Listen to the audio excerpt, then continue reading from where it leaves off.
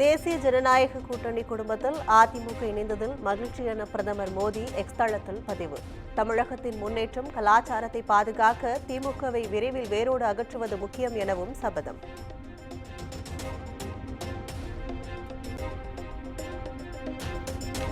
இரண்டாயிரத்து 26 சட்டப்பேரவை தேர்தலில் அதிமுக பாஜக இணைந்து போட்டி. எடப்பாடி பழனிசாமி தலைமையில் தேர்தலை சந்திக்க உள்ளதாக மத்திய உள்துறை அமைச்சர் அமித்ஷா அறிவிப்பு.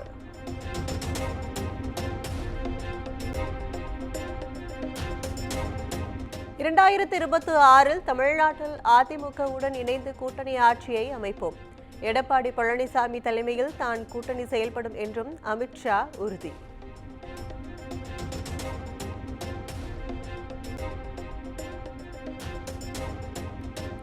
அதிமுக உட்கட்சி விவகாரத்தில் பாஜக தலையிடாது என்று அமித்ஷா உறுதி. ஓபிஎஸ் குறித்து தேர்தல் சமயத்தில் பேசி முடிவு எடுக்கப்படும் என்றும் விளக்கம்.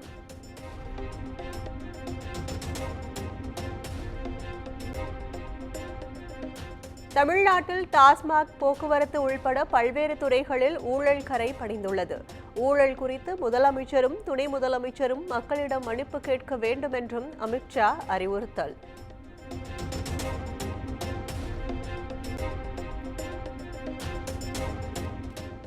நீட் தேர்வு விவகாரத்தில் அதிமுகவுடன் கலந்து பேசி முடிவு எடுப்போம் என அமித்ஷா உறுதி. மக்களின் கவனத்தை திசை திருப்பவே நீட் விவகாரத்தை திமுக கையில் எடுத்துள்ளதாகவும் விளக்கம்.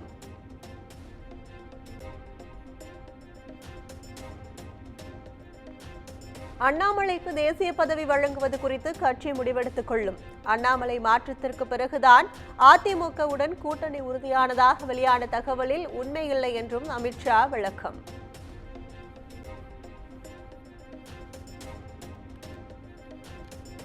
அதிமுக பாஜக கூட்டணி வலுவான ஒளிமயமான தமிழ்நாட்டை உருவாக்கும் என அதிமுக பொதுச் செயலாளர் எடப்பாடி பழனிசாமி எக்ஸ் தளத்தில் பதிவு. ஊழல் நிறைந்த திமுக அரசை அகற்றுவதில் மக்கள் உறுதியாக உள்ளதாகவும் டெல்லி சென்ற பின் அமித்ஷா எக்ஸ் தளத்தில் கருத்து.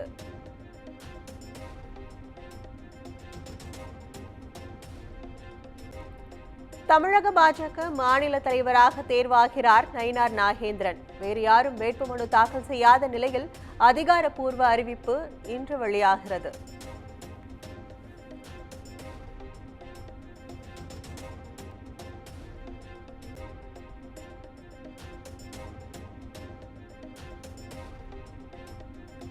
தமிழக பாஜகவின் 13வது மாநில தலைவராகிறார் நயினார் நாகேந்திரன். சென்னை ஸ்ரீவாரு மண்டபத்தில் பாஜக சார்பில் பிரம்மாண்ட நிகழ்ச்சிக்கு ஏற்பாடு செய்திருப்பதாக தகவல்.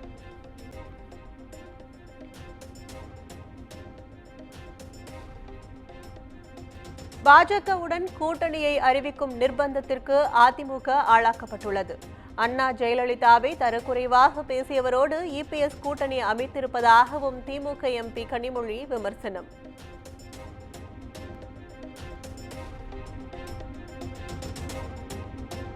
எதிர்க்கட்சி என்பதால் திமுக எம்பி கனிமொழி எதிராகத்தான் பேசுவார். அதிமுக பாஜக கூட்டணி குறித்த விமர்சனத்திற்கு நயினார் நாகேந்திரன் பதிலடி.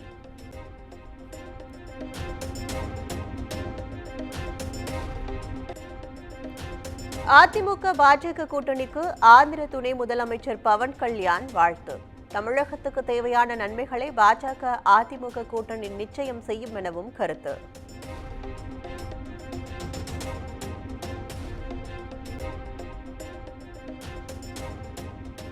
சென்னை ஆழ்வார்பேட்டையில் உள்ள முகாம் அலுவலகத்தில் முதலமைச்சர் மு.க. ஸ்டாலினுடன் அமைச்சர் பொன்முடி சந்திப்பு. தமது கருத்துக்கு வருத்தம் தெரிவித்ததாக தகவல்.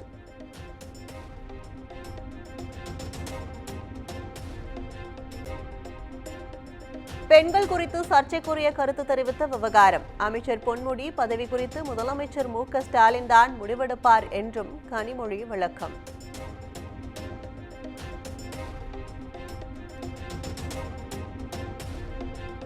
பாமகவில் ராமதாஸ், அன்புமணி இடையே நீடிக்கும் மோதல் போக்கு. பேச்சுவார்த்தை நடத்த வந்த நிர்வாகிகளுக்கு பிடி கொடுக்க மறுத்த ராமதாஸ்.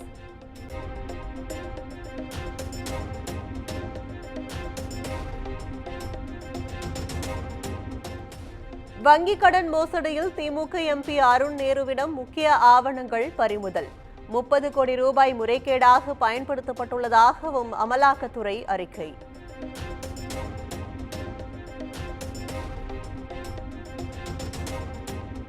நகராட்சி நிர்வாகம் மற்றும் குடிநீர் வழங்கல் துறையில் டெண்டர் வழங்குவதில் முறைகேடு. மாநிலம் முழுவதும் நெட்வொர்க் அமைத்து முறைகேட்டில் ஈடுபட்டதாக அமலாக்கத்துறை அதிர்ச்சி ரிப்போர்ட்.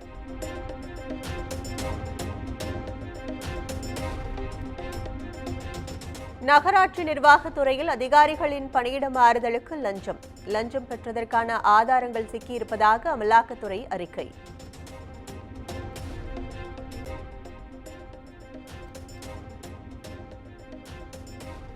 பண்ருட்டியில் உள்ள தனியார் நகைக்கடையில் இந்திய தர நிர்ணய அதிகாரிகள் சோதனை. போலி ஹால்மார்க் முத்திரை கொண்ட சுமார் 5 கோடி ரூபாய் மதிப்பிலான தங்க நகைகள் பறிமுதல்.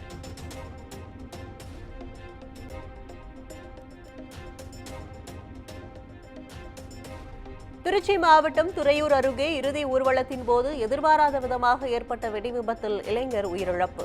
16 பேர் தீக்காயங்களுடன் மருத்துவமனையில் அனுமதி.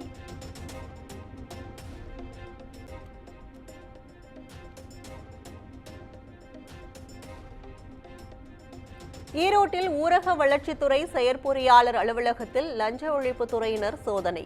கணக்கில் வராத 3 லட்சம் ரூபாய் பறிமுதல்.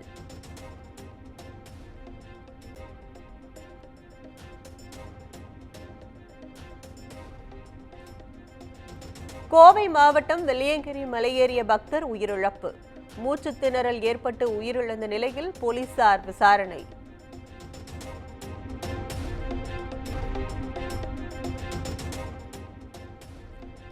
மதுரை மேலூர் அருகே பழனி ஆண்டவர் கோயிலில் வெகு விமரிசையாக நடைபெற்ற பங்குனி உத்திர திருவிழா. 100க்கும் மேற்பட்ட பக்தர்கள் பூக்குழி இறங்கி வழிபாடு.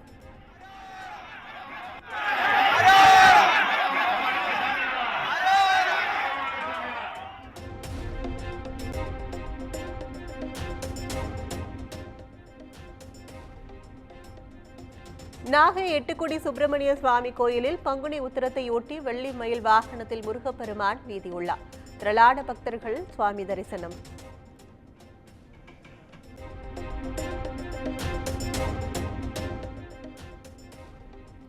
தமிழகத்தில் வரும் 17ஆம் தேதி வரை ஓரிரு இடங்களில் மிதமான மழைக்கு வாய்ப்பு. சென்னை வானிலை மையம் தகவல்.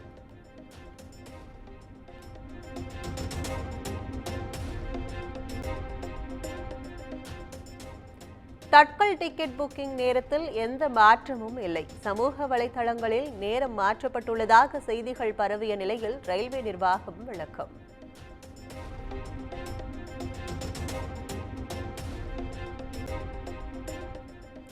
டெல்லி மாநகரின் பல்வேறு பகுதிகளில் வீசிய புழுதி புயல்.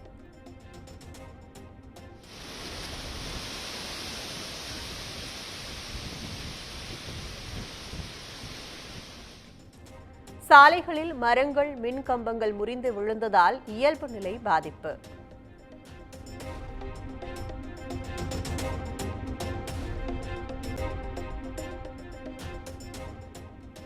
மகாராஷ்டிரா மாநிலம் நாக்பூரில் அலுமினியம் தகடு தயாரிக்கும் நிறுவனத்தில் பயங்கர தீ விபத்து.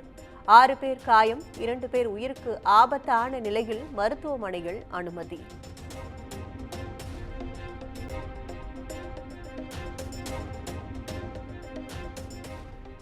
குஜராத் மாநிலம் அகமதாபாத்தில் உள்ள அடுக்குமாடி குடியிருப்பில் பற்றி எரிந்த தீ. பெரும் போராட்டத்திற்கு பிறகு தீயை அணைத்த தீயணைப்பு வீரர்கள்.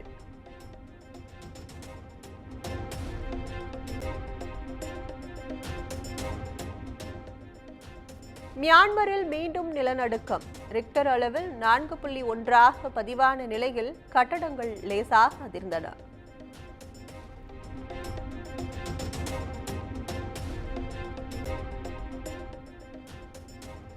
4 நாட்கள் பயணமாக வரும் 21ஆம் தேதி இந்தியா வருகிறார் அமெரிக்க துணை குடியரசுத் தலைவர் டேவிட் வென்சி. பிரதமர் மோடியை சந்திக்க உள்ளதாக தகவல்.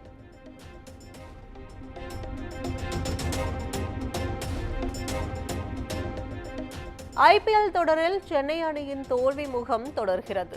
சொந்த மண்ணில் கொல்கத்தா அணியிடம் படுதோல்வி.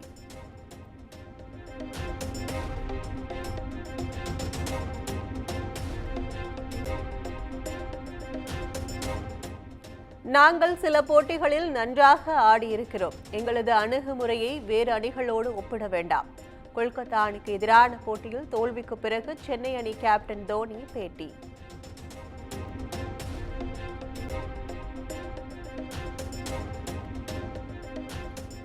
ஐபிஎல் தொடரின் 16வது லீக் போட்டியில் லக்னோ குஜராத் அணிகள் இன்று மோதல். புள்ளிப்பட்டியலில் தொடர்ந்து முதலிடத்தை தக்க வைக்க குஜராத் அணி வீரர்கள் முனைப்பு.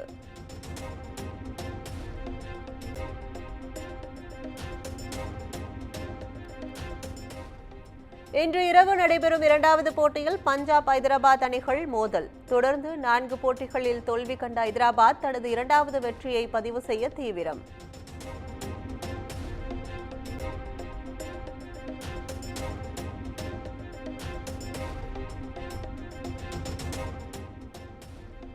இறுதி கட்டத்தை எட்டிய இந்தியன் பிரீமியர் லீக் கால்பந்து போட்டி.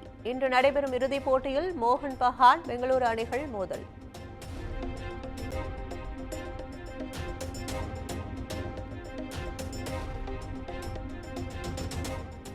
கார்த்திக் சுப்ராஜ் இயக்கத்தில் சூர்யா நடித்திருக்கும் ரெட்ரோ திரைப்படம். படத்தின் 3வது பாடலான தி ஒன் என்ற பாடல் இன்று வெளியாகிறது.